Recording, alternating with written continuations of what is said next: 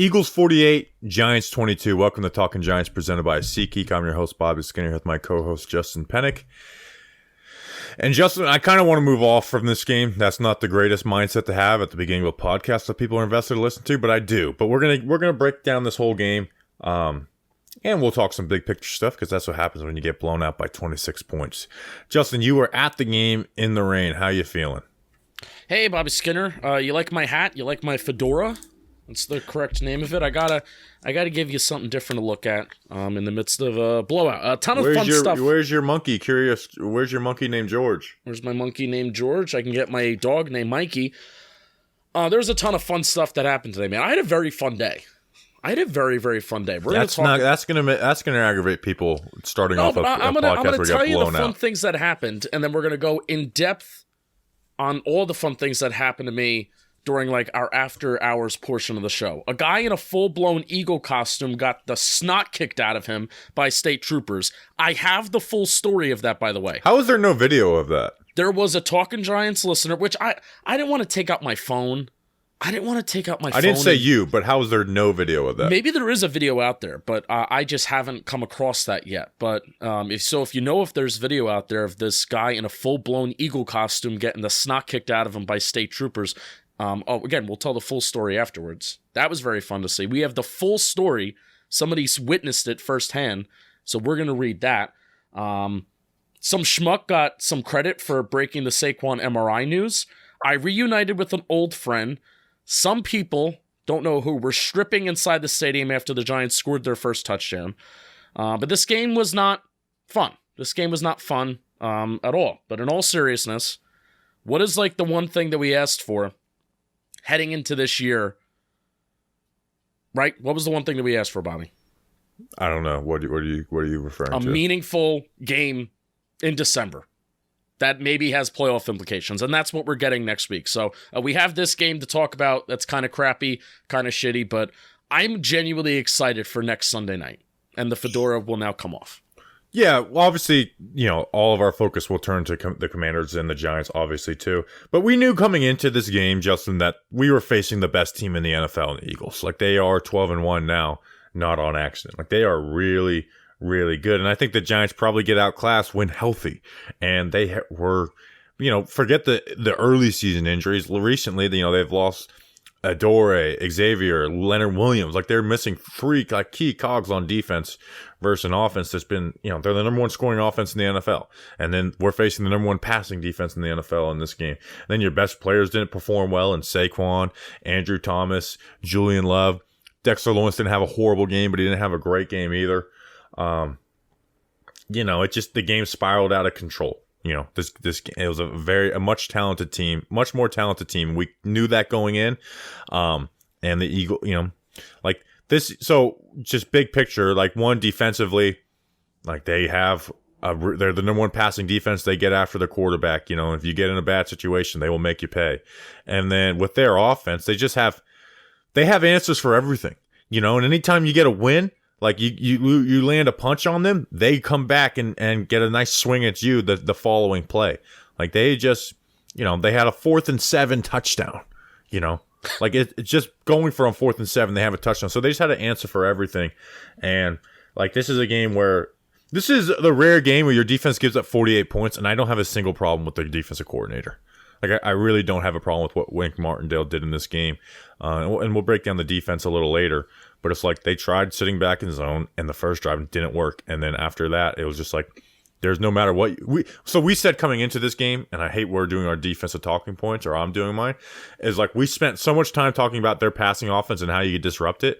But then at the end, we're like, but if they just run the ball, like there's nothing you can do. And they ran the ball for 250 yards and 8.5 yards per carry. They ran the ball for 250 yards, and I feel like they barely even ran it in the first half because they were just letting Jalen Smith throw. There were deep attempts that some of them worked, like the 4th and 7 play, and then there was just a ton of throws where he was just throwing it underneath, and guys were open, and they got yards after the catch. So, I think Sean O'Hara said after the game, and I saw Research Rick tweet this out, this was a game of all pros versus, like, just average Joes. Basically, I'm all definitely... Joes. No, what was that? All Joes. All Joes versus all pros, and that's honestly kind of a good way to put this game. The Eagles have years of solid drafting. They have years of good roster decisions, and it's crazy how they've botched some of their bigger roster decisions, like, not really, Jalen Reagor. Everybody talks about Jalen Reagor, not landing on Jalen Reagor in the first round and, taking him over Justin Jefferson. And then lo and behold, they're still a very, very solid team. And throughout this entire year, we've said that there are 3 good teams in the NFL. It's been the Bills, the Chiefs, and the Eagles. And I think the Bengals and the Cowboys have kind of joined that tier of being like the 5 good teams that are in the NFL. And then the rest of the NFL teams are kind of just mid-average and maybe not that good. And the Giants have kind of been in that pack as the entire year has gone on. So Eagles are good. They have years of good drafting. They have years of doing good stuff in the offseason. And the Giants do not have that. And so like the idea, like, one, we always, even when the Giants were winning, we knew there was some talent deficiencies, but it's not the same. Like, the injuries have kind of caught up to them. Like, missing Adoree is huge. We talked about how important he is. Like, missing Xavier is huge. And then Leonard, like, the run game's already an issue. Like, the run game has essentially been this year, like, Leonard Williams or Dexter Lawrence make a run stop, or it's a bad run defense play. And then you lose one of those guys, and it's damn near impossible to stop the run. When you already were bad at it. But let's talk about the offense, Justin. And let's start with Saquon Barkley, because, the news coming into this that he got a neck injury in practice last week. You broke some news about an MRI. Going into this game, they said it was 50-50, and they took it up to the game plan. I'm sorry, but at this point of the year, and especially playing this Eagles team, you do have to have some type of, like, awareness of the schedule. Playing Saquon at 50-50 is not effective. It doesn't help the New York Giants, and it does not help Saquon Barkley. I don't think he should have played this game. Now, I don't think he took any big hits that hurt him, but I do not like the fact that he played in this game. If it was a 50-50 decision, like the big reporters said, like Duggan said, then he shouldn't have played. Dude, this is where I'm at with Saquon, and it just sucks that, again, we're having this conversation where I feel like a lot of it isn't even his fault, but it's just where we are with him. It's very frustrating to have an offense built around a running back and not a running game. What do I mean by that? I don't mind if the Giants want to strive to be the Ravens, the 49ers, and Titans. More than one way to skin a cat, as they say. But every year of Saquon Barkley's career, besides 2018, we've said in some way, shape, or form, man, if he was only healthy here, if only the Giants had this or that or offensive linemen, right? It's enough, man. I've had enough. If this is a player that the Giants want to promote as a franchise player, he's got to be better, even if he is hurt. And this is why, like, I don't want to just bring up the 2018 draft, and I don't talk about it often, but this is why the 2018 draft, I'm in the stands of MetLife, and whoever I'm with, I'm still talking about the 2018 draft, because I feel like I'm living through Groundhog Day with Saquon Barkley. 2019, what did we say?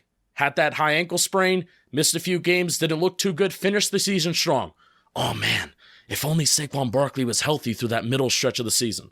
2020, we barely missed the playoffs. Oh man, if Saquon Barkley was healthy this year. Torn ACL is tough, don't really want to put that on him, but still, oh man, if only Saquon Barkley was healthy. 2021, coming off the torn ACL. Oh man, if only he was healthy. Can't wait for 2022. And now this year, with the same kind of injury scenarios and the same kind of excuses that we're making for him the second half of the year. I'm not making some sort of proclamation on Saquon's future right now. The highs with Saquon Barkley are awesome. We're not 7-2 without him. But the lows of him are killer, man, and it's costed this team over the years. And I actually think that's a great line you had today. I can't believe did you steal that from somebody? It's frustrating having an offense built around a running back but not a running game. Yes, because that's actually a great line. Like, that should be, people should be quote tweeting that at Talking Giants and get retweeted at 900 likes in the morning. Because that's a great line. Because it's not all Saquon Barkley's fault right now. Like, I'm not going to be mad at a player for being injured. 1, 2, the offensive line is not doing him any favors, but that is kind of the situation, like you said, where it's like, well, we still want to run the offense through Saquon Barkley. Well, it's not working, okay? And regardless of it's the O-line's fault, the injury's fault, and Saquon historically does not perform well when he's banged up. Like you mentioned, 2019. Last year wasn't banged up. It was just coming off the ACL, but still, like, in a sense, playing somewhat hurt. And then this year we've seen, like, The last 6 games, he's went over 4 yards per carry once, and that was against the Texans, whose run defense was like, I think it's the worst run defense in the NFL. Like, right? The Texans are just like the worst team in the NFL, and but Gary I think Brightwell, they had the worst run defense in the NFL by like 30 yards per game, Yeah. and that was 4.5 yards per carry on And- 35 carries in that game. The last 4 games, Daniel Jones has more rushing yards than Saquon Barkley. And can I tell you something else too? Gary Brightwell has more runs of 10-plus yards than Saquon Barkley since the Houston Texans game, if you remove the final drive of the first half against Washington. If you keep the final drive of the Washington game in, Gary Brightwell has 3 runs of 10-plus yards. You're talking about the running back draws on Yes, the I'm draw talking about the plays running back draws. last week at halftime? Okay. Yeah. Gary Brightwell and Saquon Barkley, if you include the final drive of the first half against Washington last week, Gary Brightwell and Saquon Barkley have the same amount of runs of 10-plus yards since the Texans game. And Saquon just didn't belong on the field today. Like, you saw it on those goal line carries. The dude, he basically just like fell over, you know, and he looked hesitant behind the line, and he's looked hesitant behind the line. Still can't break a tackle. Yeah, like he's, again, like you brought up the stats last week. It's gotten worse.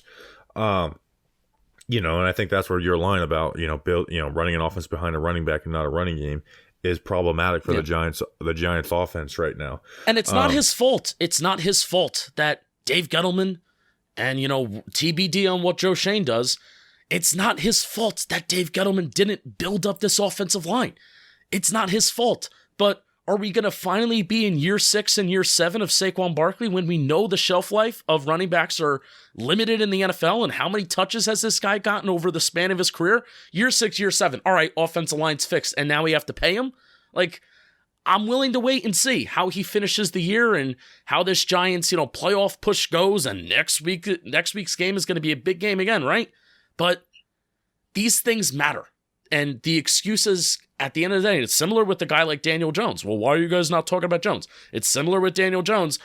When the contract is up and the money needs to talk, the excuses kind of have to stop. Yeah, and Daniel Jones has actually been fairly consistent this year. Right. Where Saquon hasn't been. And, like, he's averaging 4.3 yards per carry on the season, not just recently. That's like, he played behind really bad offensive lines in 2018 and 2019, where he had some stinkers in 2019, and he still averaged 4.8 yards per carry. That's like 15th, 16th of the league of the backs who get like the majority of their carries. Yeah, again, the highs are awesome, man.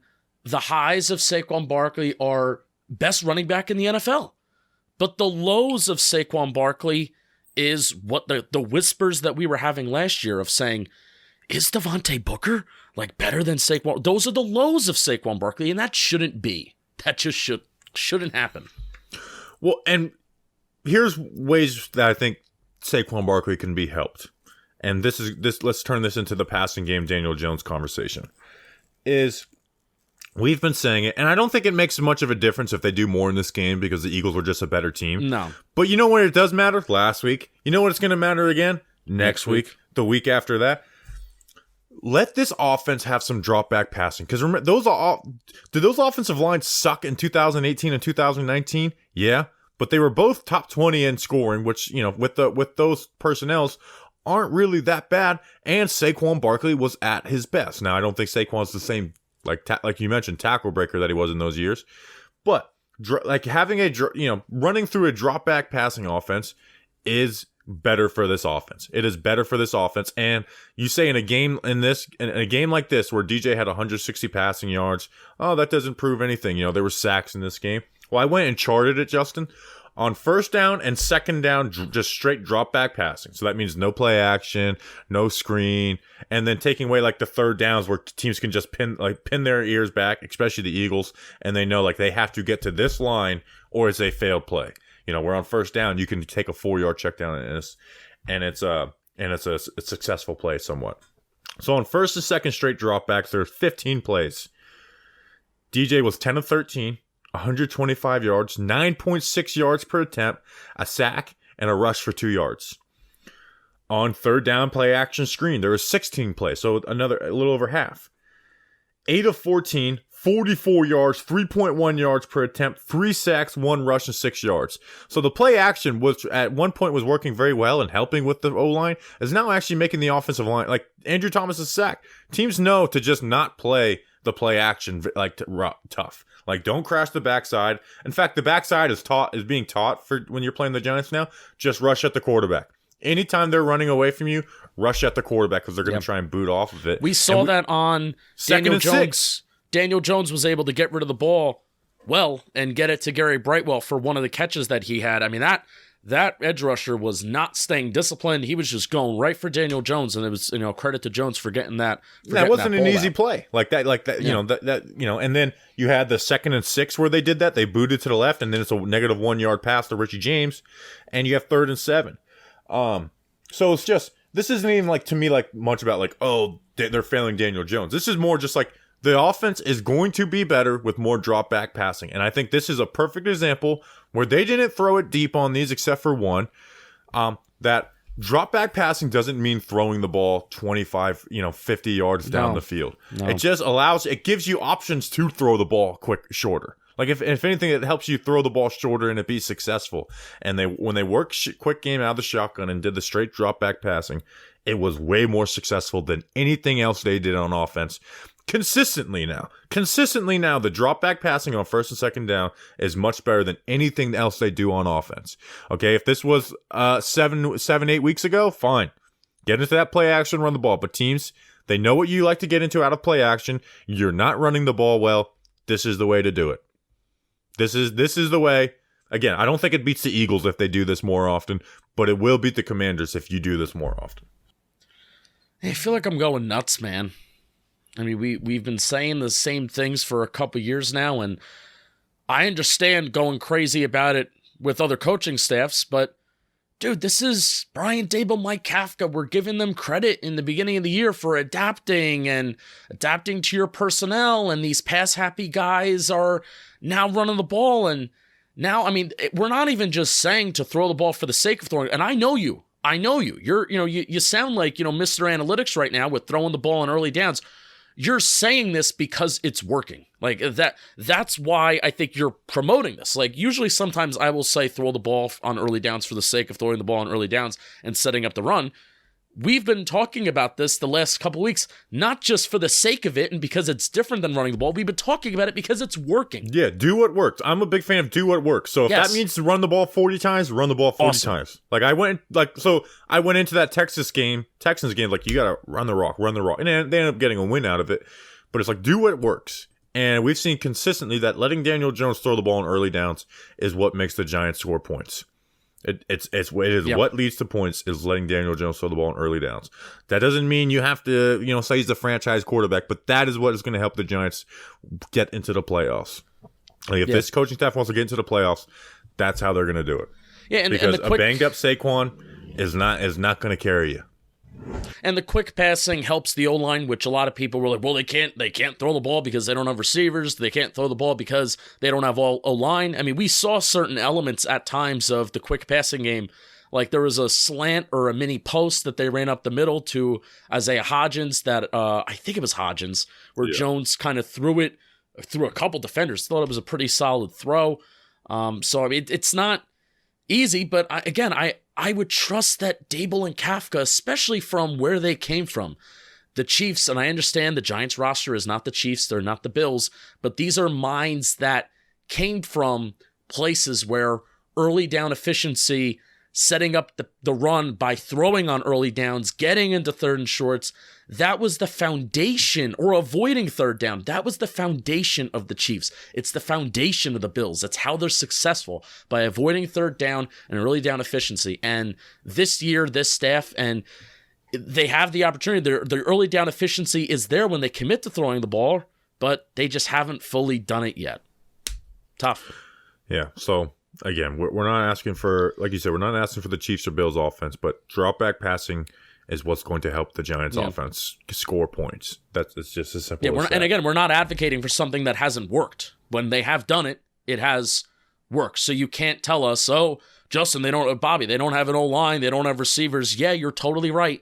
But when they have done it, it has worked. And it's not just a this game thing, it's a trend of the last couple weeks. Yep. Other notes on offense that you may have. Andrew Thomas sack on first down play action. O-line. When Evan Neal and Andrew Thomas are allowing sacks the first series of the game, it's like, oh, could it be one of those days? Yeah. I think that's... I don't know what happened. Like, he just... I don't know. That's beat. But it's like, that's not a rep that Thomas loses. You know, it's... He got beat with speed, which, like, doesn't happen. I get... Well, so it was play action, and the pass rusher didn't play the run at all. So I kind of get that, but it's like, Thomas can tell by like the first 3 steps by a pass rusher, like, oh, he's not playing the run. I need to get back, and he just got beat around the corner. Yeah. Who was that? Was Sweat? It was Josh Sweat. I thought it was Hassan Reddick, because I'm like, oh, Hassan Reddick, maybe he's quick, he's fast. And I was told by an Eagles fan behind me after I screamed, "Who the hell is Josh Sweat?" I was told by him good. I was told by him that Sweat is good, but I was very frustrated. But Thomas in the moment. Thomas shouldn't give that up. Like that's I was frustrated in the moment. That's not Micah Parsons. Like that, you shouldn't give that up. Yeah, man. Still awards, but you shouldn't give that up, Thomas. Other garbage time offensive talking point notes. Richie James, 3 garbage time touchdowns in 4 games. Like, this guy is he really is a garbage time superstar. Good for him. I'm very, very happy for... also, my favorite thing about Richie James, if there's like a 3rd and 16, 3rd and 17, you know he's about to get a 12, 13-yard catch and almost get that first down. Oh, yeah. You know that's coming. I think once the season's over, maybe I'll do it this week. I'm going to go look at every Richie James catch and be like, was this short of the sticks on 3rd down, or was this in garbage time? And it's gonna be like, or was this a garbage time touchdown? It's going to be like 90% of his yards and all of his touchdowns. That's crazy. Also, I mean, I'm going to admit I wasn't like watching Nick Gates, but I think all of these offensive linemen had bad plays at some point or another. I just feel bad for Nick Gates that they just can't play him at a spot and he can't get settled anywhere. Yeah, there was some good, like that Gary Brightwell run was like, that was Nick Gates. Like, he gave a sack at the end of either the last drive or the second to last drive. Yeah. Yeah. I mean, he needs to be at center regardless, but he's, these 2 fronts have been, like, he's been the best out of the 3 on the inside, which isn't saying much, but he belongs at center at the end of the day. Do you have anything else on the offense? No. We actually spent a good amount of time on them. Oh, gosh. Big burp I just had Justin, there. where did you go to eat after the game? I went to eat at the Candlewick Diner. Who catered our beautiful tailgate last weekend?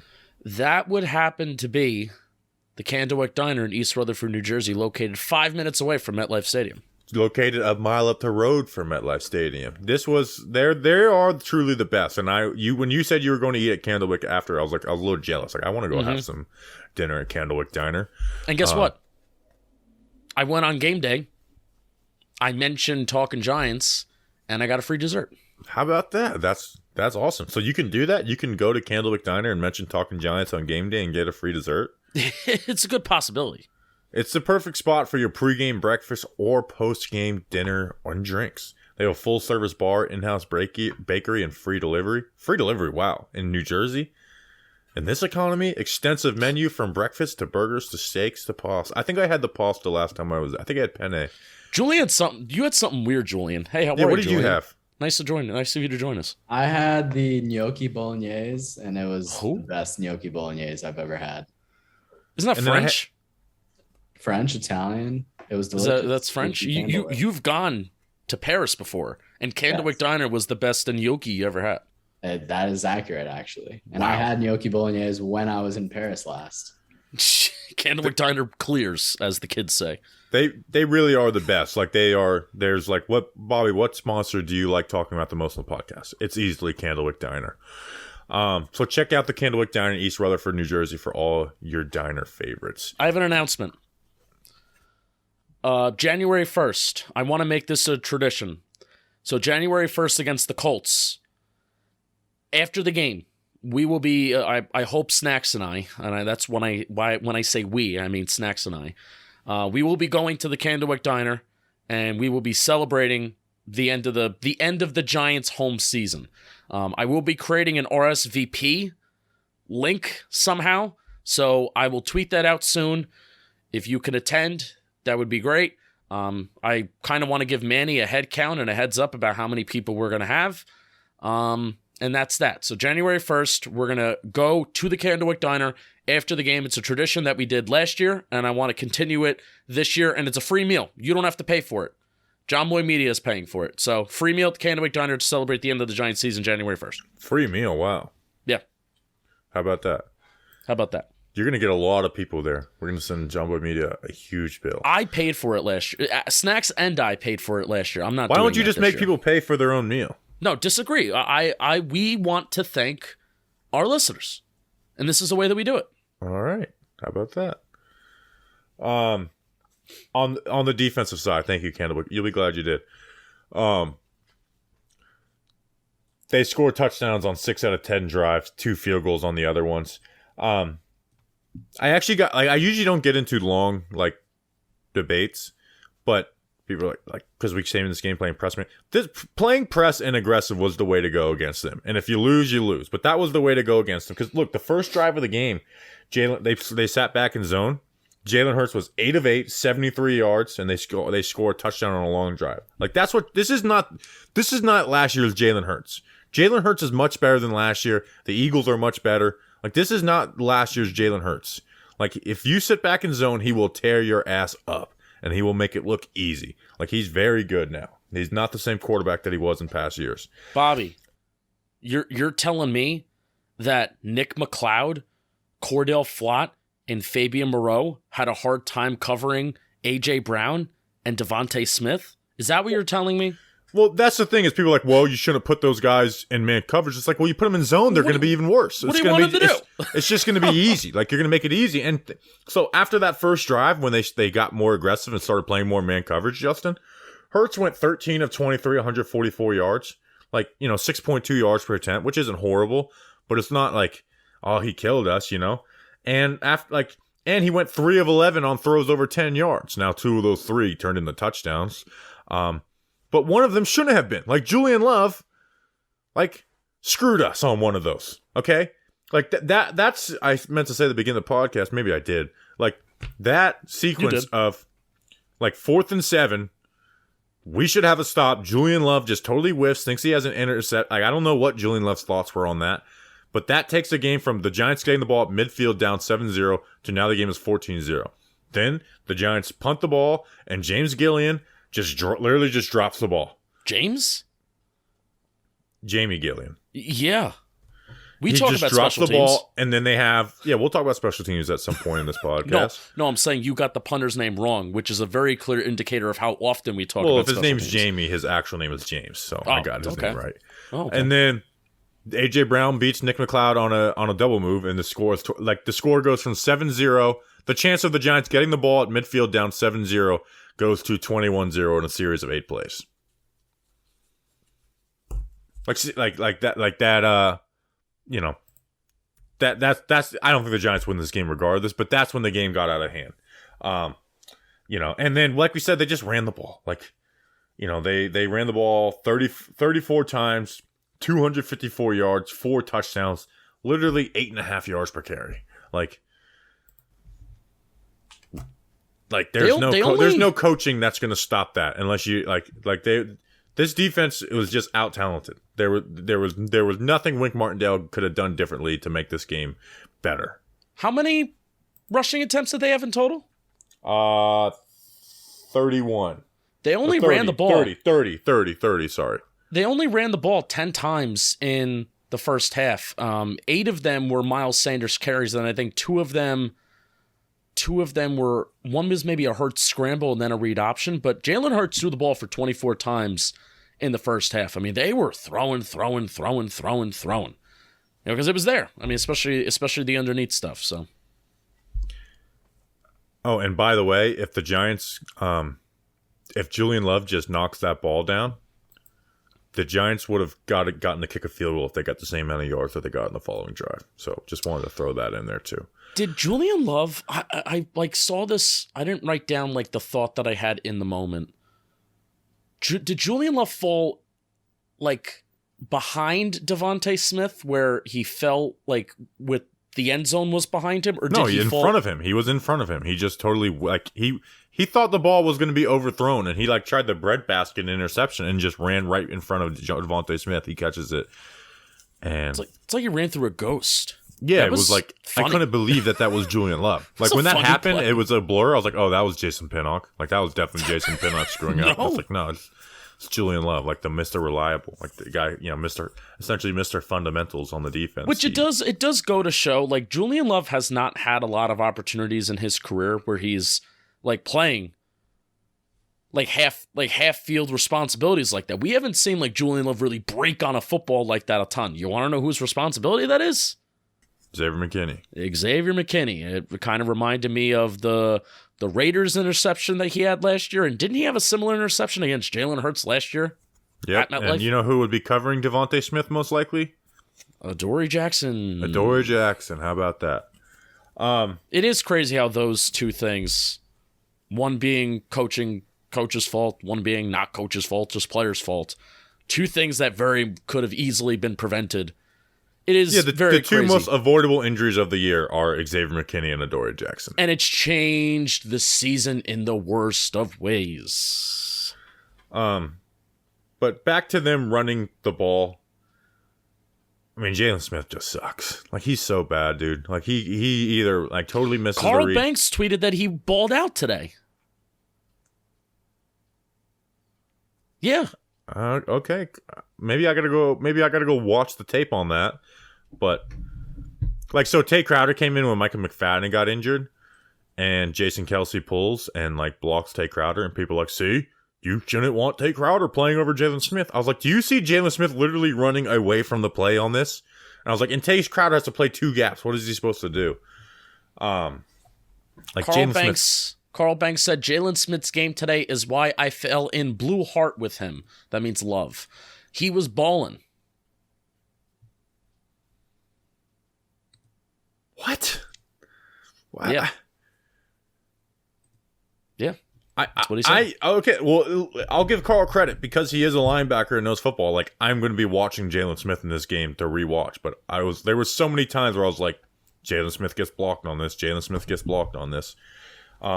Disagree, balled out. Like, if we had a better Mike linebacker, I think people would actually like Micah McFadden somewhat. But it's like, our Mike linebacker sucks. Yeah. So it's like, Michael McFadden never gets appreciated for the plays he does make. Yeah, I'm telling you, I mean, I don't know if Darian Beavers is probably not the answer at Mike linebacker, but I think he would be a better Mike linebacker than Jalen Smith and Tay Crowder.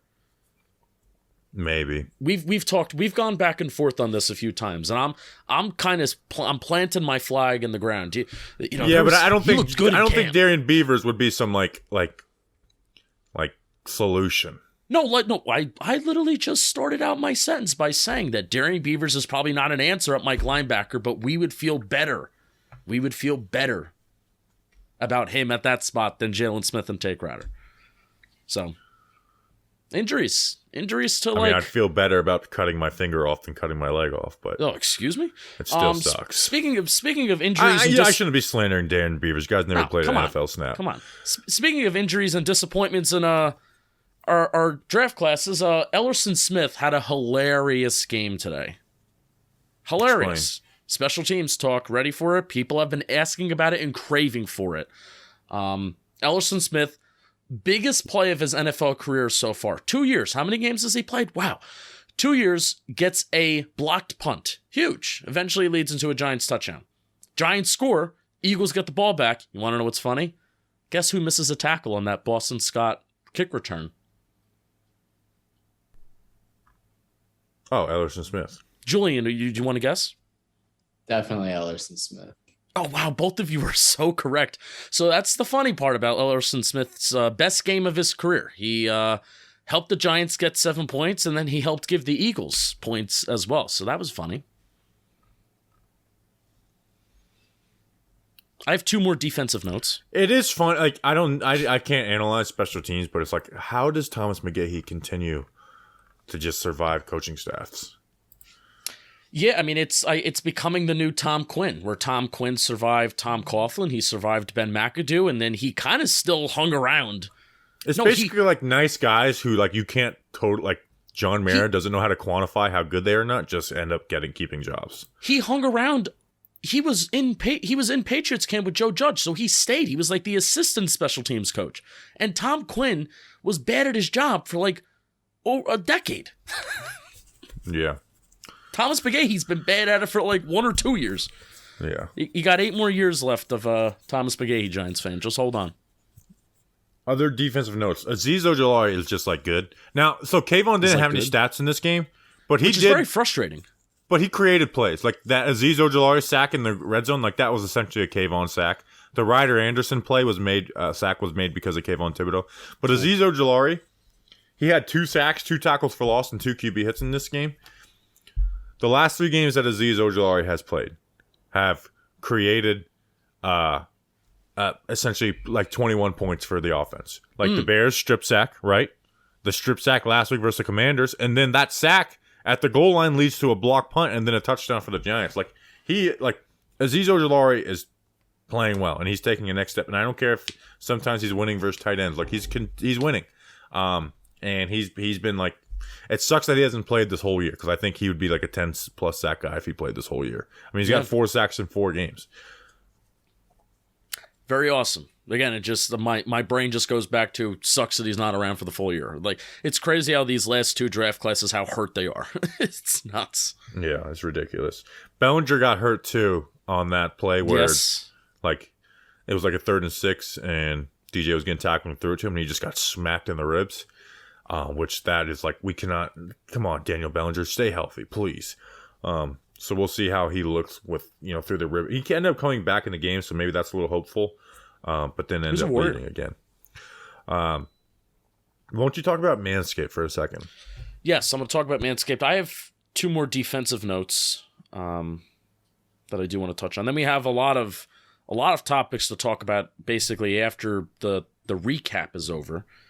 'Tis the season for clean balls. Fa la la la la la la la la. Our friends at Manscaped are helping you clear your driveway for safe travels this holiday season. Door, bumper, clear. NASCAR coming back in February. From stocking stuffers to white elephants, Manscaped's products are the top of every wish list with this year's white elephant gift. And help all the men in your life. You gotta go to Manscaped. Save 20% off plus free shipping by going to manscaped.com/giants. Manscaped, they are a one-stop shop for all your holiday needs. They have the perfect gift in the Platinum Package 4.0, plus loads, is that a ball joke, of little presents perfect for stocking stuffers. They have shampoos, body washes, upstairs and downstairs deodorant, gels, exfoliants, and more. They have so many products, it's overwhelming. They care about your health. Guys, they do. Save 20% off plus free shipping by going to manscaped.com/giants. That's right, 20% off plus free shipping by going to manscaped.com/giants. Manscaped, oh God, here we go. A perfect gift that will be the holiday's biggest hit. Thanks to Manscaped, you'll be glad you did. You'll be glad you did. What are your other defense? I'm trying to think. So, like, I just wanted to point out once again, like, after they stopped playing that zone in the first drive of the game, Jalen Hurts 13 of 23, 144 yards, 3 for 11, targeting over on passes over 10 yards. What Wink does is the way to beat the Eagles, but our players suck, so it doesn't matter at the end of the day, especially when they could just run the ball like they did. Yeah. Yeah. And Boston Scott gets another freaking touchdown against us. That is so frustrating. Like, you just knew it. Like, I don't know if you were watching at that point, but it was just like, oh, God, here it comes. They handed the ball off. It's like 20-yard run. Here it comes. Here it comes. So now Boston Scott has 16 career touchdowns, 9 versus the Giants, a touchdown in all the 7 games versus the Giants. It continues. It's at first it was like a joke, and it's just not a joke anymore. It's like every time we play the Eagles, Boston Scott plays his best game of the season. The last 2 years, I've taken him in the second round of a fantasy draft, and I mean, Danny didn't look at me like I had 2 heads, but I think the last 2 years, you've looked at me like I've had 2 heads. I mean, okay, but you picked him over. Oh, actually, no, yeah. Devontae Smith. But Isaiah, your 3rd round pick had more points than him. Still had a touchdown. And it was like the most garbage of garbage time touchdowns, too. He was also most effective in punt return, but I have a question. Are there any non-quarterbacks that you can think of that have owned a team as much as Boston Scott has? No, I mean Doug Analytics said he's like one of the only he's like one of like 4 players ever that like averaged more than a touchdown per game versus the Giants. And maybe one of those games, he's actually been the leading running back going into the game. Like he's always the backup, and he always in 2019 he was, and then like he had. It's not even just like some like today was garbage time. Like he had that crazy game winner on Thursday Night Football in 2020. He had 3 like he killed him on. I remember the game we won in 2020. It was like Boston Scott like broke one off for 50 and got it within 1 score. It's like here we go. But he also did have the fumble last year at the end of the game, so. He's not been all perfect against us. I'm back in fantasy. So You're back. losing. You're still in second place. I went from being like 60 points down, and now I'm 5 points back. You went from 30 to 5. I'm just saying in general throughout the last couple weeks. You dismissed my fantasy team. You said, it'll be a miracle if Justin wins this week. I did. It truly was a miracle. Like...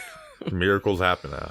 So They do. All right, here are my last 2 defensive notes. I want to give props to Ryder Anderson for getting his first career sack. That was awesome. And Zion Gilbert, great day for the UDFA class. Yeah, so congratulations to Ryder Anderson. Ryder actually made a couple plays too. It wasn't just that sack that Kayvon created. There was a reason why we screamed your name at Giant Training Camp is because we saw promise in you. You weren't just a totally random, ambiguous player. No doubt. And never forget the Andrew Thomas interview episode. Speaking of random Giants players, Jake Carlock tweeted at me this week, like, I got a good feeling about the Giants. I was like, dude, I was in love with you back in the day. He was wrong. And also Henry Mondeau got his first start, and he went to a Jesuit high school, and I went to a Jesuit high school as well. Ryder Anderson. I'm team Ryder Anderson. Like, Ryder Anderson made some plays today. He has, like, good, like, I think Ryder Anderson, especially with Leo out, should kind of be in that rotation, which he was today. I think he had a tackle for a loss, like a QB hit. Like he made some good plays, and he's just got good. He's got long arms. Like he gets in the chest of D line or O lineman and just extends. Like there actually is some. He puts good plays on film for as little as that he's played. Happy for him. So, and what's your last defensive note? That's it. I said my 2. Ryder Anderson and Henry Mondeau. Oh, okay. I forgot Henry Mondeau was one. 2 very big parts of the game today. Henry Mondeau and Ryder Anderson against the Philadelphia Eagles. That's Henry, the mundane Mondeau. So let's talk about this fight. And there has to be some video out there. Someone's got to have the video of this. Okay. So John Foyer messaged me on Twitter. And I'm going to read you paragraph by paragraph. I'll let you know when I'm at the end of a paragraph, and then if you want to comment, you can. Justin, I witnessed that fight. That was the first line. Look at this. You could see this message on Twitter. We're in for a story here. Justin, I witnessed that fight. When I saw that pop up on my phone, I got so excited. It all stemmed from a member of their party being too drunk to get in. They wouldn't let that person in. So the 4 Eagles fans were turned away. The guy in the Eagles costume, there was a guy in a full-blown Eagles costume. Like, it was brown and white and everything. Like, full-blown Eagles costume. They wouldn't let that person in, so the 4 fans were turned away. The guy in the Eagle costume got super pissed and told the drunk person to focus, get her up, which is definitely something Snacks would yell at somebody if he was in that situation, because the drunk lady kept falling over and couldn't stand straight. They leaned her up against an SUV while the rest of the group argued. We good? End of the first paragraph. So is this like a paid tailgate or just like some random one? No, this was right outside of the gate to get in. This was not a paid tailgate. Maybe they were at a paid tailgate, but not from what they were like just in the middle of the parking lot, right by the gate to get in. A security guard went over to try and help the Eagle A security guard went over to try and help, and the Eagle costume guy shoved him. Security guard fought back, but fell on his back, and the Eagle costume guy punched him and kicked him on the ground. A state trooper went over to handle the situation. The Eagle costume guy sprinted away into the ground. Just this guy in a full-blown Eagle costume sprints away, gets away. He is gone. He is out of sight. 3 more state troopers and a bunch of other security guards come over now to get statements, investigate, etc. Then out of nowhere, from the top rope, the Eagle costume guy swoops back in, runs back at the original security guard, and punches him. And then the troopers intervened. Then the Eagle guy punched 2 state troopers. After that, he was on the ground. One of the other members of their party was chirping at a Giants fan. Blah, blah, blah, blah, blah. I eventually walk in, and I see this. And this guy in an Eagle suit, there's about 10 state troopers that are on top of him. Then a security guard comes in. His arm is hanging out. I see the security guard stomping on his arm. I'm like, this is an insane situation. And that is one of the more insane things that I've ever seen at a football game at Giants Stadium / MetLife in many years that I've been going to a game. A guy in an Eagle costume getting the shit kicked out of him by state troopers.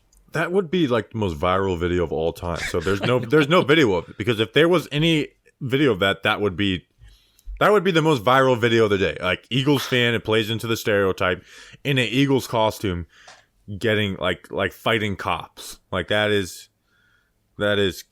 should got away. The dude got away. You know, and then remember he came those back. Remember those state troopers that came up to us in the van in training camp?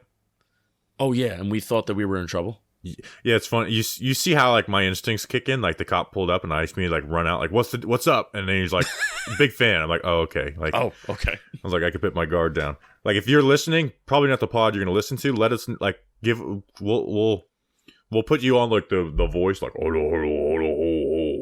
you know, like the voice that hides your identity, and we'll have, you know, anonymous state trooper breaks it down on the mailbag pod. Perfect. 2 more losses in Talking Giants preview pods basically turned into that. So we got to win versus the Commanders on Sunday night. Do we want to touch on? I mean, it wasn't that great, but I did break news. Oh yeah, and so I told the story a little bit on the preview stream. Can we tell you about like how we try and scratch people's backs and they just never do anything with it? Can we tell how that happened? Yeah. Yeah, I don't want to say who I tried to send the information to, but yeah. We've consistently, anytime we break news, we usually send it to like certain like people to like, hey, like, we want to scratch your back, hook you up with like a lead, and they just never do anything. And then it's like the next day they're having to quote tweet us, be like, first on the scoop. And there's also some people that didn't credit you for the Saquon MRI news. That's okay. Pat Leonard and Jordan Ronan didn't. That's okay. Ryan Dunleavy and Dan Duggan did. I responded to Jordan with I watched Pineapple Express again this weekend, and just the opening scene of just is always very funny. So I responded to him with that. Fantastic. Yeah, so I knew on Friday, like I knew when Saquon Barkley was getting the MRI, when he was on his, I don't exactly know the full timeline, but I knew on Friday, and I messaged a member of the media, and I said, hey, this is happening. Now, I don't blame this member of the media. Now, I think you're a different story. I'm just going to put it out there. You're a different story if you message somebody saying, hey, this happened. You're a little bit bigger than me, whatever, and, more of a following. So I get it maybe why this member of the media didn't fully trust me. But I mean, I said it, and I mean, they have every right to, they have more connections than I do, so they have every right to look more into it. Yeah, we're not asking them to just tweet it as fact, but ask. Yeah. So I wanted to give a little bit of a heads up, and then by the time that Saturday night comes rolling around and Saquon Barkley's status is becoming in doubt, I'm like, man, I go back and forth because I didn't want to just tweet out that Saquon Barkley got an MRI because people would panic. And I didn't want that. I didn't feel the need to get 1 million clicks and 1 million likes to tweet that Saquon Barkley had an MRI just so people can panic and say, oh, he's not playing. Because guys get MRIs all the time. Like, even when, just to make sure that nothing is like structurally wrong with you and structurally wrong with his neck. And I knew that he injured it in practice. It wasn't like he, like a shoulder that maybe he did like against, like in the Green Bay game, right? He did this in practice and it was stinging him and it was bothering him. So I knew that he got an MRI Friday. I didn't know what the results were. So I was going back and forth, especially when Saturday night comes. I'm like, I think I just got to tweet this out. I think I just got it. So especially when stuff was talking about, I think his status is 50-50.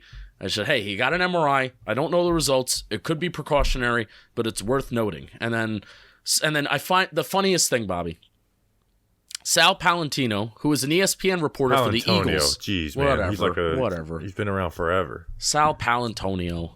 Sal Palantoni. Yeah. Remember the Sopranos or whatever? Pat Leonard didn't just report himself that Saquon Barkley had an MRI. He reported that somebody else reported that Saquon Barkley had an MRI on Friday. And then the funniest thing is that Sal was the one who reported that Saquon Barkley was active. And I thought that was very funny. Yeah.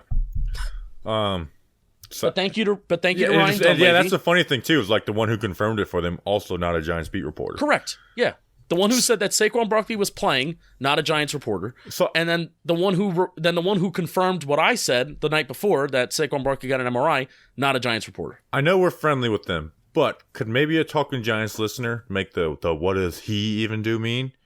And change it to what does they even do mean, and just put like cutouts of all the pictures of the beat reporters. Like, so anytime like a national writer reports like Giants news before they do, and then they all quote tweet it, and like I can confirm, just be like, what do they even do? I don't know. The only thing I hate doing media so clowns, but it's like the only thing they do. Duggan breaks some news sometimes, so I'll give him credit, and Jordan sometimes too. But it's like all they do is confirm and quote tweet like Tom Pelleroso or Ian Rappaport, and then when an unpopular move happens with the fan base, they act like they knew it was going to happen the whole time, and yeah, you should have expected this. So it was a rush this morning though. Like when I saw that Pat Leonard said that, Sal says that Saquon Barkley got an MRI, that was a big rush of like, boom. It's a fun feeling. Breaking news is correct. Like, it is actually like exhilarating. Like I don't know why.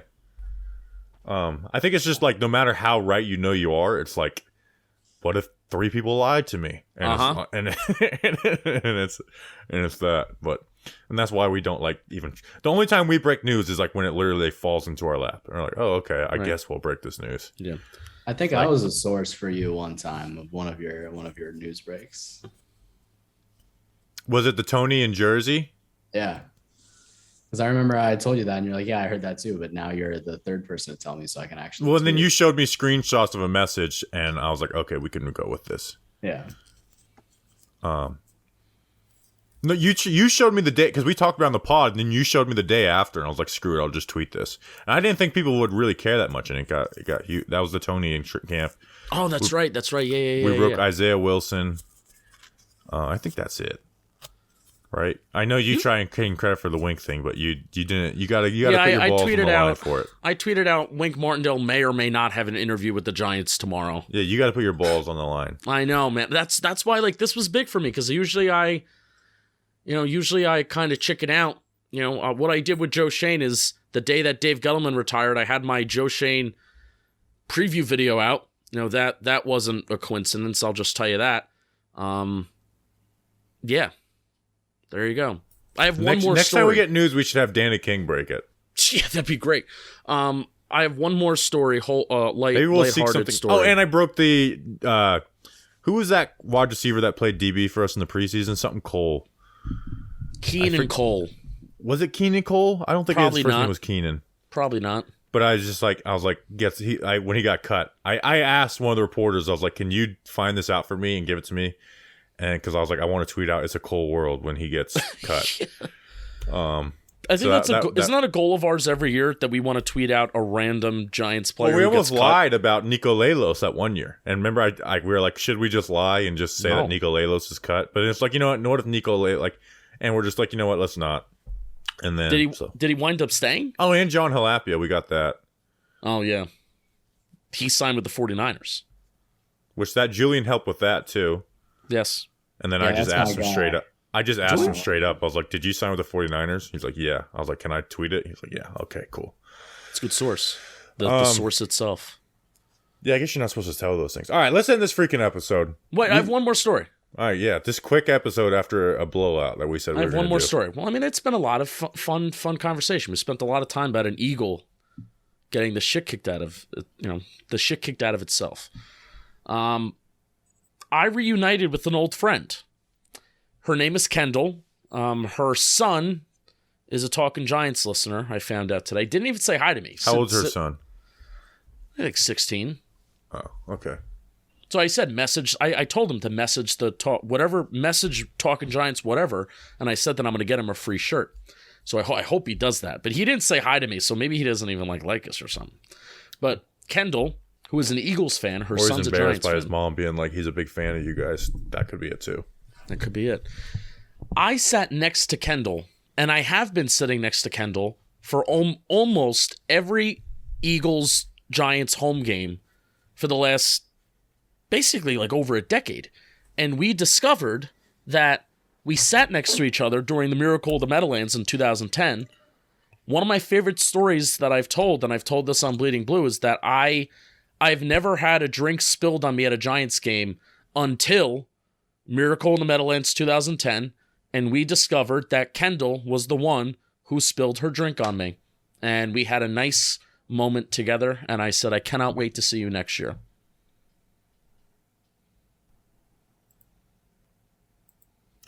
Word up.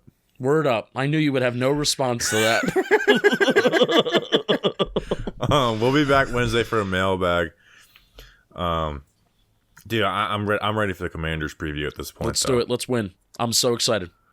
All right, so we will see you guys on Wednesday for a mailbag pod, O-line report, film review, all that good stuff. You know what? I'm going to try and get a guess on the O-line report because no one's going to. Actually, no, I'm not going to. Whatever. All right, we'll see you guys on Wednesday. You guys just see how my head spins. We'll see you guys on Wednesday. We appreciate you. Until then, let's go Big Blue.